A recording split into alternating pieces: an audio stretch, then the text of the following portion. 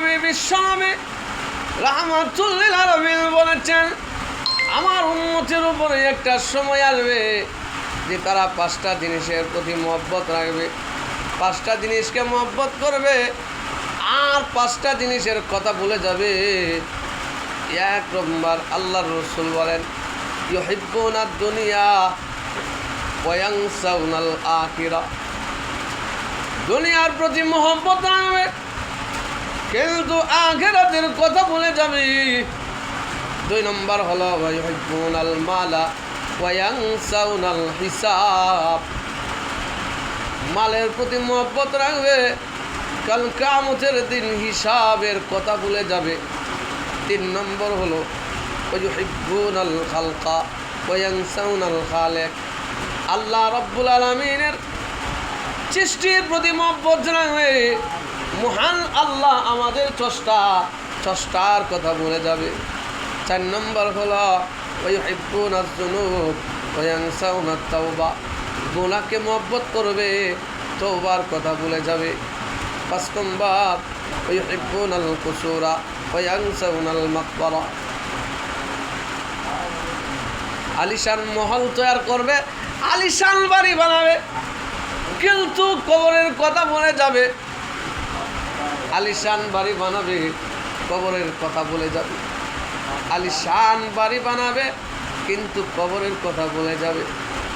জীবনের সময় খুবই বেশি নেই, জীবনের সময় খুব বেশি নেই। এই আমার মৃত্যু কোনো গ্যারান্টি নাই। স্বাভাবিকতা তুই এই আল্লাহ রাব্বুল আলামিন যখন ডাক দিবে যেতেই হবে। মৃত্যুর সময় নির্ধারিত। কেউ অল্প বয়সে কবরের যাত্রী হচ্ছে, কেউ বুড়ো বয়সে কবরের যাত্রী হচ্ছে, কেউ যুবক বয়সে, কেউ বৃদ্ধা বয়সে। এটা আল্লাহ রাব্বুল আলামিনের ইচ্ছা। আল্লাহর ইচ্ছার বাইরে কোনো কিছু হয় নাই। আল্লাহ বলেন, কুল্লু নাফসিন যায়িকাতুল মাউত। প্রত্যেক প্রাণী, প্রত্যেক জীব মৌতের কথা স্মরণ করতে হবে। সকলেই মরতে হবে, সকলেই মরণের পেয়ালা পান করতে হবে। বান্দার হায়াত কত হবে তা একমাত্র আল্লাহ রাব্বুল আলামিনের হাতে। পূর্বের নবীগণের উম্মতেরা শত শত বছর হায়াত পেয়েছিল, কেউ হাজার হাজার বছর হায়াত পেয়েছিল।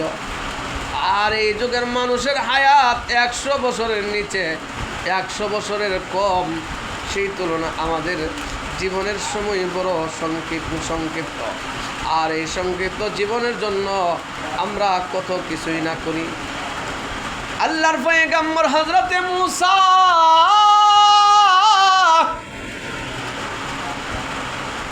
আলাইহিস সালাতু ওয়াস সালামের জামানায় এক মহিলা এসে আল্লাহর পয়গম্বর হযরতে মূসাকে বললেন, ওগো আল্লাহর নবী, ওগো আল্লাহর পয়গম্বর, আমার সন্তানগুলো ছোট থাকতেই মারা যায়।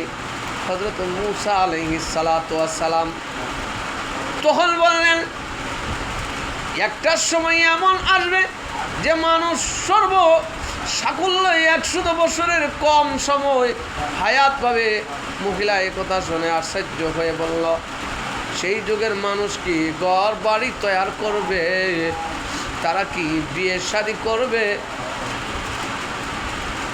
টাকা পয়সা ব্যাংক ব্যালেন্সে জমা করবে? তখন পয়গম্বর বলেন, হ্যাঁ,